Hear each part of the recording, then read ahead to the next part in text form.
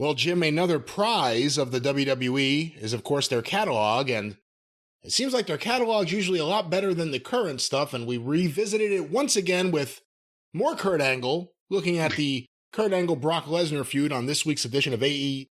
I was about to say AEW. Of A&E's Rivals. There's too many AEs around here. This was, I'm looking at my notes here because this was where all of the Kurt sit-down comments were current. But for Brock, they went back to a sit-down they did in 2003 when they were doing Confidential or whatever. And all of Brock's clips were old, and he still works there. Did you notice that? Maybe he didn't want to do it, or maybe they thought, well, let's not take our current money-drawing monster and have him sit down and talk about how fake all of his other stuff was. But nevertheless, Brock Lesnar in 2003 made the comment, God put me on earth to be a pro wrestler. And I wrote that question mark, and he quits like a year later. And then they also had the comment on the Shooting Star Press that we'll get to, but Brock said he second-guessed himself. He didn't second-guess himself. He put the guy out too far. We'll talk about that. But the panel that is shepherded by Freddie Prinze Jr. has changed, and now it's Cody, Beth Phoenix, JBL, and Kevin Nash. And they're still extraneous to this program, but at least they removed Tamina. And who else bit the dust on that one? Kofi Kingston. Kofi, yeah, because Kofi wasn't born when all these people that they're talking about were involved, and I don't know what Tamina's function was. But anyway, I don't know why they didn't talk to Tom Pritchard. He trained all these people. There's footage of him training all these people, but they didn't talk to him? For heaven's sake. How bad is the heat with Tom Pritchard, from what you know, with, I guess, would it be the Triple H regime? Like, they're the ones who got rid of him, right? I guess it would be Triple H. Well, I don't even know. Here's the thing. I don't know if he'd get pissed at me saying this, but they fired him right after that he told Canyon Seaman that he came off like an asshole. I think he said the words flaming asshole. Old Canyon Seaman got hired. And boy, again, a guy with the last name of Seaman in a wrestling locker room, it was doomed from the start, behind his back at least. But he had a meeting with all of the developmental talent where he not only showed that he had just come from another sport and had no idea what the fuck was going on in the wrestling business, but came off in an obnoxious fashion. And Tom called him over privately afterwards and said, I'm not sure whether you're aware of this, but you came off to the talent like a flaming asshole. And most people starting a new job in a new industry that they'd never been involved with before would have said, tell me more. How did I do that? What the fuck? What do you mean? But instead, old Canyon Seaman said, well, we're just going to have to agree to disagree. And then later on, they agreed to release Tom Pritchard, the best trainer that they had. So yeah, then Canyon put all Tom's possessions in a garbage bag and sent it to him. Yes. And then several years later, he was asked to leave and never return. But anyway, they go over, they had footage training at the warehouse. You know, Paul Heyman said there was nothing that Kurt couldn't do. And we've covered that. He was green in Memphis because he's human, just barely. But he learned fast. He was not a natural worker like The Rock because he had never seen this stuff before. But once that you showed it to him, then boom, he picked it. So he wasn't a natural. He was just the quickest student ever. It's nice to see Jerry Briscoe on some of this, which should have been because he helped recruit both those guys at various points. I mentioned earlier in the program, we were talking about the Angle bio. I booked the rematch between Angle and Turkai at the Gardens at one point, and also then we had Brock. Brock had just won the NCAA championship in 2000, and we got him pretty quickly after that, Shelton got here first. I went back and looked at my OVW books, and then I remembered Shelton got here first. He was arrived earlier and was on the house shows by April, because Shelton was a natural. He had been a wrestling fan. He was from South Carolina, so of course he had seen wrestling. And he was also I guess Brock is a natural beast and a genetic freak, but Shelton was a better pure athlete. And he was more flexible and more coordinated. And so he was, pretty much instantly ready to go on training shows and in front of small crowds. Brock didn't start until later on in the year and started on the shows in October. And then I put them together as a team, the Minnesota Stretching Crew, since Shelton and Brock had legitimately been not only teammates on the University of Minnesota wrestling team. Shelton had been one of the assistant coaches because he was slightly ahead of Brock. And, they had history together. And also with Shelton, I had a guy that could do all the moves, have an exciting match, sell, and give Brock the tag and let Brock explode for a couple minutes with some big moves, because that was the way to keep it elementary. That's where he was at that point. So, but then in the special, they talk about the shooting star press that he botched at WrestleMania. They actually did have an OVW clip of him doing it perfectly at the Garden. So again, A&E owes me royalties. You heard 7 seconds of my commentary. He had started doing that when the guys, Shelton used to just get in the ring and walk the ropes and leap up and springboard and do all this stuff. And a lot of the guys would get in at class and familiarize themselves with the ring and try shit out. And can I do this move or that movement or whatever? And I think somebody just dared him. And he's like, I can do that, the shooting star. And they got the crash pad out, and the fucking guy, Brock was 300 pounds every bit at that point. And he could do the shooting star press. He could do the move. Now, the question was, did anybody want to lay there for it, right? But then he did it enough in practice and never missed that everybody got comfortable. So then I heard about it. I said, all right, do it at the Gardens. We had a big show at the Gardens, and some of the WWF office was going to, I can't remember who it was, maybe Bruce, whoever the fuck, right? 1 or 2 or 3 or whatever. I said, do it on the big show. And he nails it perfectly. And of course, a 300-pound guy doing a shooting star press, you're going to fuck your knees up, and he doesn't need to do that anyway. But I said, this is an example of this guy's athleticism. And so again, there's a big match spot. So everybody said, don't do it again. Wait for the big match. And the big match comes at WrestleMania. And there, goddamn, Kurt's going to go for the shooting star.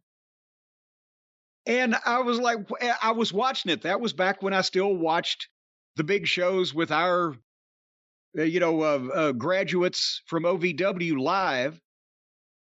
And as soon as I saw it, I said, my God, he's too far out. He's too fucking far out. And I see Brock turn and go up the top. He's going to miss it. And son of a bitch, he almost got it. It was the goddamn world's first off the top rope backflip flying headbutt to Kurt Angle's ribs. But he nearly killed himself, Brock. And so that's when they said, don't ever do that again. So that saved him knee damage later on, because once they'd seen it on the big show, and once Vince had seen it, he would have probably brought it back out. But anyway, they had the story of Brooklyn Brawler instigating the friendly shoot at TV with Brock and Angle. And that was legendary amongst the boys. And Kurt said he won. They didn't get Brock's comments on that side of it. But again, it was technique and size is two different things. But that's when you go back and look at this footage. I mean, Kurt got over instantly because of his talent and Olympic gold medalist, elite athlete. even if Lesnar had not won the NCAA title, if he just looked like that and was that physical specimen, he was. When I first saw him, I said, "There's a modern Dick the Bruiser." Dick the Bruiser walked straight out of fucking football, the NFL in 1955, and by 1956 he's working for the NWA World Title, challenging Fez and a star on TV in Chicago. He was just a beast you couldn't control, and it looked like he'd kill you. And Brock was the most similar physical specimen that I think I can't imagine anybody else closer to 25-year-old Dick the Bruiser. So again, they go to the big WrestleMania match, and forget about the missed shooting star press for a second. They're doing a fucking 6-man the month before WrestleMania to build up NCAA champion against gold medalist, and Brock runs Kurt into the turnbuckle and cracks 2 of his vertebrae. I can't remember, is that number 5 or 6? So at that point, I guess he goes to the doctor, and he was going to have the more invasive procedure, and the doctor said, "Well, we're going to fix it anyway. It's not," I don't know what doctor said. It's not like it can get any worse, because it could have. But Kurt decides to wrestle one more match, drop the belt to Brock, and then follow through with surgery. So they do the WrestleMania, a match. And, they kept this thing moving, even though when you think of rivalry, Flair and Steamboat, Midnight Rock and Roll, Bobo Brazil and the Sheik. It went on for years, or with Bobo and the Sheik, decades. This was a 6-month rivalry. Really, they were at WrestleMania, SummerSlam, Survivor Series. But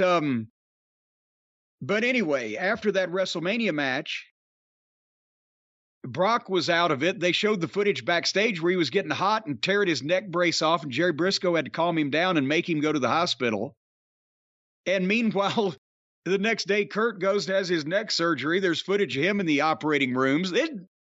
This shit was dangerous back then, too. Just not on a weekly basis on live television.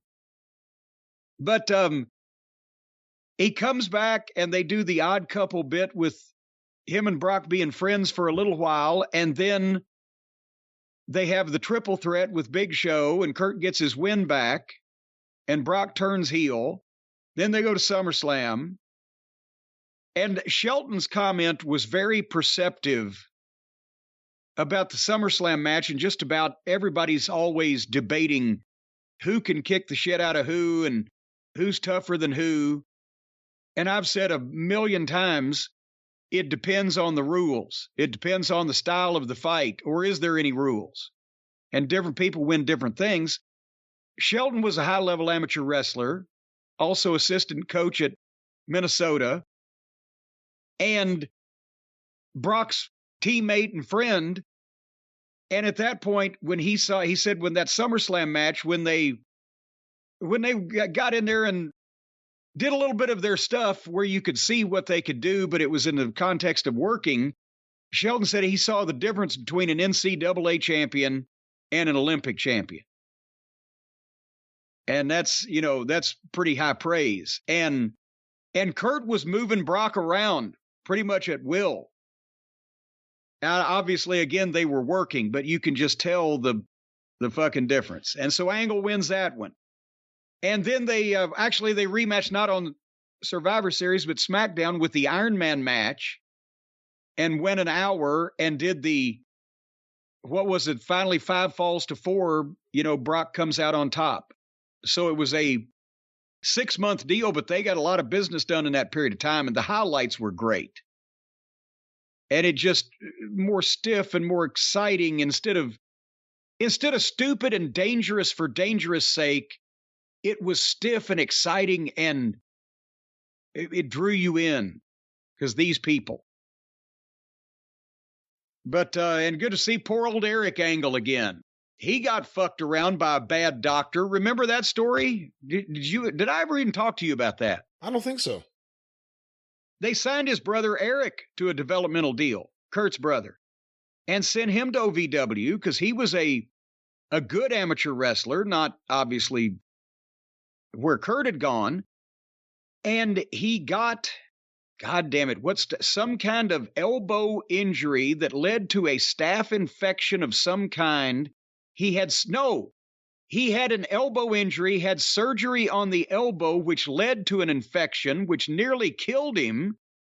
And as I recall, his athletic career was over, and I think there was even some type of lawsuit involved with the doctor, but they fucked his arm up bad, and he couldn't even ever come back and train.